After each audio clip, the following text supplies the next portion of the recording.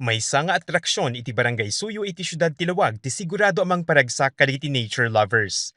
Siya sinuman ti agturong ditoy ket sarabwen diti agaruptal lugasot a vibrant sunflowers. Indaulwa na mismo ni Laoag City Mayor James Brian Alcid ti opisyal apan nakalukat ti mauawagan as Suyo Agro-Tourism Flower Farm Park.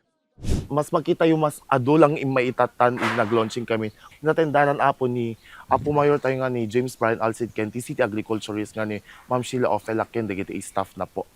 If kayat yung nga makita dito sunflower me awan budget tayo nga mapanti sa bali nga lugar most especially Bagyo tatama madamat pa nagbenga ada apo if offer me ito barangay 38 Laoag City nga kaskapintas met hunting met agpaati iti Bagyo. Kunada at dagaan na kaimulaan digiti sunflowers ket paset ti hapag sa barangay, digiti bukel ti sabong tinaggapumet iti gobyerno lokal.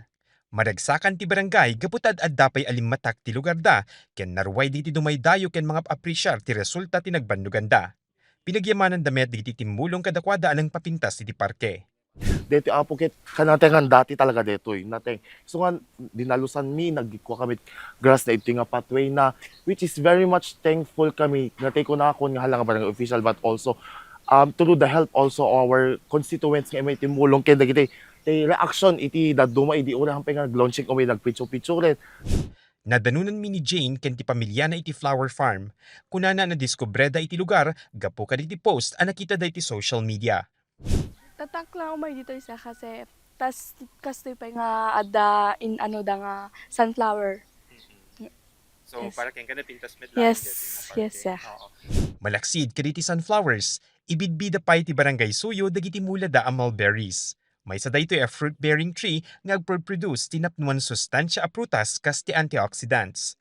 Makatulong pa daytoy ti panakapatalged ti heart health ken blood sugar.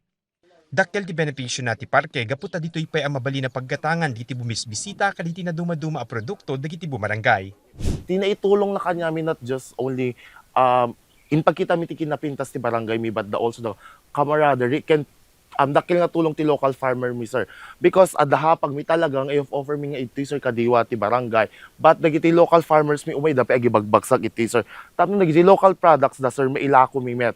Mark Magdirila, Balitang Solid North.